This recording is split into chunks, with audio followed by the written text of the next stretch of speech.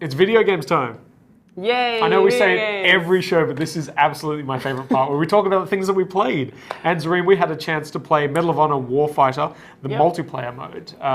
Give us a rundown of what we played and what you thought. Yeah, sure. So we checked out Medal of Honor Warfighter, and we got to play the Fireteam mode, which was really interesting. Not your standard, you know, 2 teams, everyone shoots each other.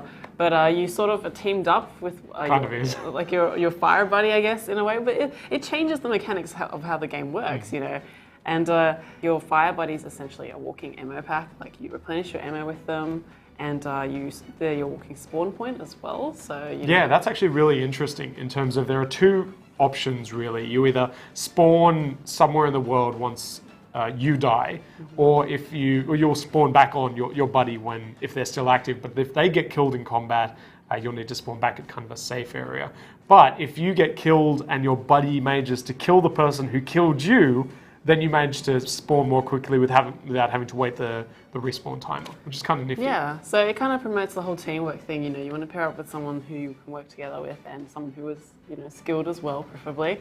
But no, it was a lot of fun, so we got to try out a lot of different classes as well. Dan, what did you pick? I actually kind of flitted between the OSG, sorry, the OGA, and the SASR, so the Australian. I mean, the Australian Armed Forces are represented, so I kind of felt like I had a bit of an obligation to, and at the same time, they sort of met my playstyle, because they seem to have the various classes had a different ammo, like a loadout mix, and for me, a ranged assault rifle with a scope, a shotgun as a secondary, and kind of team-focused unlock perks for the special abilities kind of plays with my unique style. What did you check out? I checked out the polished Grom, and I actually stuck with it the whole time because I really liked it.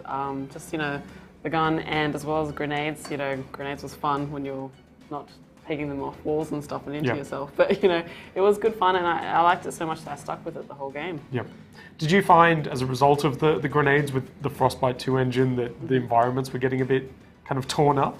Yeah, actually, there were some points during the game when there were so many things, like explosions going, like rocks flying everywhere, debris just flying. Like you know, I guess in a way that's holding up to the whole authentic experience thing. It was very, very, you know, action kind of go. Yeah, so the objective of the Fireteam mode that we played was to hold and capture 3 different points around the map. And it was actually kind of bad for the last game because we absolutely steamrolled the other team to the point where they were caught within a small spawn area and we were just gunning them down between this crate. And I did find that, I think it was the SASR guy had an airburst grenade, so kind of like a mortar style thing. And once you've earned enough points by either capturing locations or through kills, so there is a kind of a lone wolf element to it as well, you can call it in with a pair of binoculars. Yeah. And I found the easiest way was just to drop it on the capture points, and then have unsuspecting fools come in and just get torn up by these mortars as they're exploding around. Yeah, that's pretty much what happens, you know, like you're running around and you're like, oh, the capture point's free, you go towards it and all of a sudden you're getting bombed from above, so it's pretty much free kill. And you enjoyed it? I did. I had a lot of fun with it.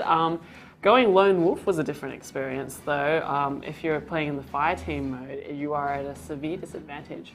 Also, because in the Fireteam mode, you actually see the outline of your buddy when they're far away from you. So you can see if they're being attacked far away, then you'd know straight away, oh, you know, there's enemies there. And you know to go around and flank them and clutch them. So, you know, I think in that kind of mode, solo is at a real disadvantage. Yeah, we had a couple of troubles with the code. And at one point, I did have to play lone wolf without a Fireteam buddy. And there was no way to replenish my ammo.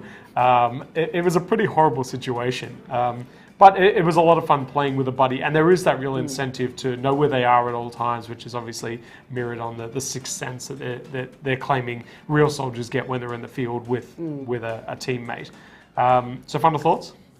Well, I liked it, but I'm waiting to see what else it can offer to differentiate it more from other shooters in the genre. I mean, it is a really crowded genre already, and there are heaps of other shooters out there who offer the same things almost. Though the Fireteam mode was an interesting one.